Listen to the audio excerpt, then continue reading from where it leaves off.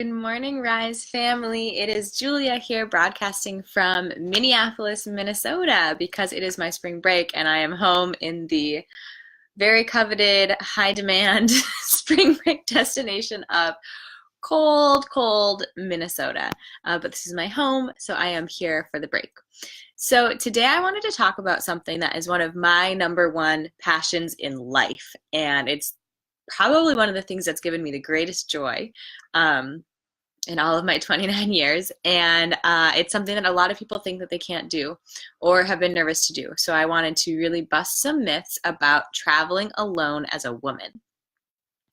And the reason you might want to travel alone as a woman is because you have utter freedom when you are traveling solo. And you are able to make decisions on the fly. You are able to say, okay, I'm waking up Monday morning. What do I want to do today? And you are literally the only person who's influencing that decision. That might be the first time in your entire life where what you do in a day is completely up to you. It's not up to your mom, your dad, your sister, your brother, your girlfriends, your sorority sisters, your colleagues, whoever it might be. It's totally up to you entirely.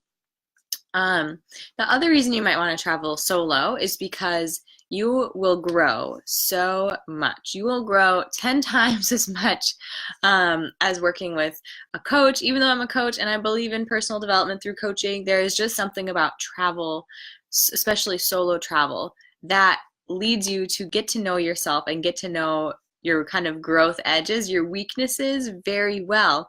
And it will often put you into situations where you have to overcome them. So just the confidence that comes from seeing what you are able to do as an individual person, as an individual woman, is going to bring your personal development game like up here.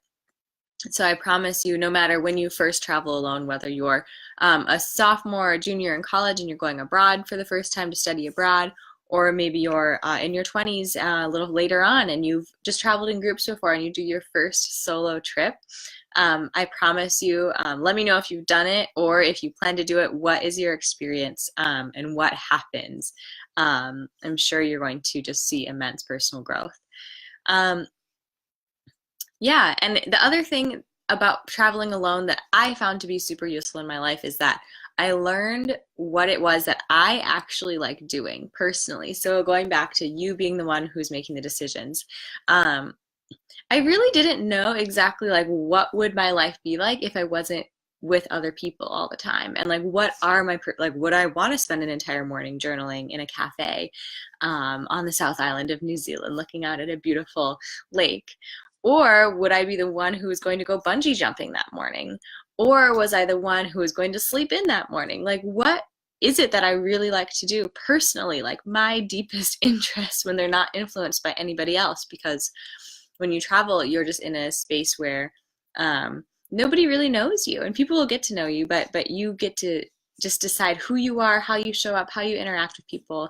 It's really liberating. Okay, so I have traveled to, I just did the math, 26 countries at least.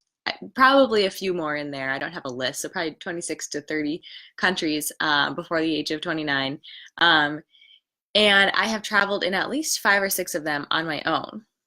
And those include Malaysia, New Zealand, Australia, Saudi Arabia, Dubai, where else? Tanzania. Those are places that I've traveled. Kenya on my own as a solo female traveler. And I have also learned a few tips about how to do it well and or safely. Okay, so I'm just going to run through my tips. So if you're considering doing this, this might give you a little bit of context of what it is that you should be considering when you do decide to go travel abroad on your own, because I know you're all going to go do it after you watch this video.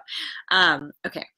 So the first thing that I do uniquely when I'm traveling by myself is that I plan my transportation ahead of time. So I might not plan every single day or every single activity because I still like it to be open, but I do like to know how I'm getting from one place to the next. And the reason I do this is connected to the next point is that I never travel at night alone. I always try to get to my next destination when it's daylight or like very early evening, like dusk. But I really try to not get to a place after dark, just because there's something about being in a new location and not being able to see the street signs and not being able to see the people around you, that can be extra disorienting and potentially dangerous. So the other tip is, I just generally, even when I'm in a place, I try to get back to my hostel. Usually I stay in hostels if I'm by myself, or I try to be in a group of people that includes men if I am out after dark. Because that is just a thing, where women are more vulnerable and they're targeted more, and once night falls, just more mischief or danger becomes likely. So yeah, so plan your transportation out ahead of time. This can mean having plane tickets between cities. It can mean having a train ticket already booked. It can mean having kind of figured out, okay, once I get to the airport, do I take like a rickshaw? Do I take a cab? How is it? Can I take a train? How do I get from the airport to my hostel, wherever I'm going next? And there might be some things where you just like buy the bus ticket or train ticket once you're in the country because it's a lot easier, but at least know how you're going to go buy it and like when is the station open, when can I go buy that ticket. And that's something that I like to do. You might have a different way of doing it, but I really like to know how I'm getting between places. Even if I don't know exactly where I'm staying or what I'll be doing, I like to have transportation set out. And then on to that, if you are buying bus or train tickets, buy first or second class tickets, especially if you're in a place like India, because their transportation is not like in the US, where you each have your own seat no matter what class you're booking. Oftentimes they will just put as many, if you buy like a third class ticket, because there are different like classes in the train, you will just be crunched in there with as many people as possible, and you'll have a seat, but you're going to be on that seat with like 5 or 6 other people.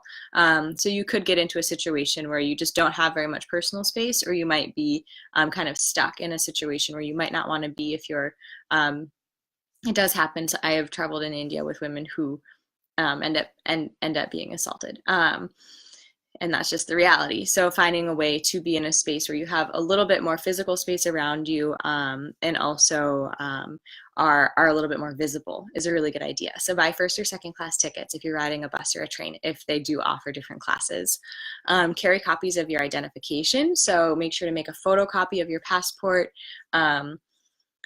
Maybe even multiple photocopies of your passport, because if it gets stolen, you need to go to the embassy or some sort of consulate office to get a new one made. And if you have a copy of it, it makes things go a lot faster. So make copies of your ID and even of your list of like medications or allergies, things like that that you might need to have on hand if you go to the doctor, but you want to have 2 copies of those really important documents. We already covered this, but don't travel alone at night. And in some countries, like in Tanzania and in, Tanzania in particular, I never took a cab by myself. And you can ask people who have traveled in that country before, like, is it safe to take a cab by myself? Or should I always do it with somebody else? Just because those can also be really vulnerable spots. I mean, we here in the States, sometimes there have been instances where cab or Uber drivers end up assaulting their passengers. It happens with much higher frequency in some other countries. So just do your research beforehand. I never take a cab alone at night, and if I do ride in it with somebody else, it's a man if I am in a cab after dark. Have a few backup credit cards and cash. So paying for things, this can be tricky. So I actually ended up in a situation. I was on an island called Lamu off the coast of Kenya, in 2010, and I had run out of cash, and the only ATM on the island was down. Like, it was just down. And when I went to the bank to ask, like, when is the ATM going to be back up? Because I needed to buy a ticket to get off the island to get back to my plane to fly back to Nairobi, to fly back to Arusha, Tanzania. And they were like, we don't know. Like, we don't know when the ATM is going to be back up. We can't really control it. Like, just chill, white lady. Like, you're like in hysterics over something so small. And I ended up having to like wire money. I had to send an email from the bank's computer to my mom to ask her to wire money to that bank, so then they could they could cash it out and give me some money so I could buy the ticket to get off. But it was a pretty stressful situation, and it just emphasizes how you should always have like 2 credit cards that work, and usually Visa. Like American Express is not accepted in much of the world, so Visa, and have some cash on hand. Even like extra US dollars, because in a lot of countries, if you are in a pinch, they would accept US dollars because they can probably exchange it somewhere. Um, Stay in hostels, because that's where you're going to be able to find cool travel buddies. Because when you travel alone, it often is not actually very lonely because you just make friends as you go. And so if you stay in a hostel, you're much more likely to run into other young people who are traveling on their own or in small groups, and be social. Like ask them, hey, what are you doing tomorrow? Or can I join your group for dinner? Or just like talk to them. It's really fun, and it's a way to be social when you're not traveling in a group yourself. You can find groups to travel with really easily. 2 more points. One, WWOOF, WWOOF, is the Worldwide Opportunities on Organic Farms, and I have woofed in California and New Zealand. And you actually get the opportunity to live and work on an organic farm in exchange for room and board. So if you're traveling on a budget and you're really interested in meeting the people of the country, this is an amazing opportunity. I got to work with horses in both of those situations, and the one in New Zealand, they were actually some of the horses that were used in the filming of The Lord of the Rings, so that was super special. And then the final point I'll end on is you have to like know that you are defending yourself. You are the only one in charge of your happiness, health, and safety. And so you got to get that mindset like deep down inside of your body before you go. So if something happens that's putting you at risk, you are ready to essentially be the one who says, no, this is not okay, and I'm going to get myself out of the situation. And you have to be willing to be loud and assertive, because if there's, and in the US as well, if someone is yelling, like that's much more likely that you're going to be safe, because someone is going to hear, or whoever is trying to rob you or attack you is going to run away. Or be so shocked that they don't attack you in the first place, because they're like, this person is obviously going to put up a fight. I had 2 situations where I actually had to yell. And so there was one situation, I was just walking and some guy essentially like, was grabbing me, and I just yelled. I yelled and I hit him. And I got super loud and everyone came out of their homes. And he immediately stopped, and he was shamed by his community. There's also like more of a community justice system in a lot of other countries where like the communities take care of each other. So that situation resolved itself. And then there was another where I was on a bus at night, against one of my tips from earlier, arriving in Nairobi, and they were going to bring me to a certain destination. We agreed when I bought the ticket, and then we got there and they said, no, we're going to drop you here. I had never been to the city before. It was after dark. I had no idea how to get to where I needed to go. I only spoke a little bit of Swahili. And I literally sat on the bus. I had my own little sit-in. I was like, I am not getting off this bus until you take me where I need to go. And the driver was yelling at me, and I was yelling back at him. And it was upsetting, because you don't ever want to have to yell at someone. But I was like, in that situation, if I get off this bus, I have no idea what I'm going to do. So I'm just going to make it so inconvenient for this person that he is going to have to deliver on what he said he would do. And he did. He brought me to where I needed to go, the Wildebeest Hostel in Nairobi.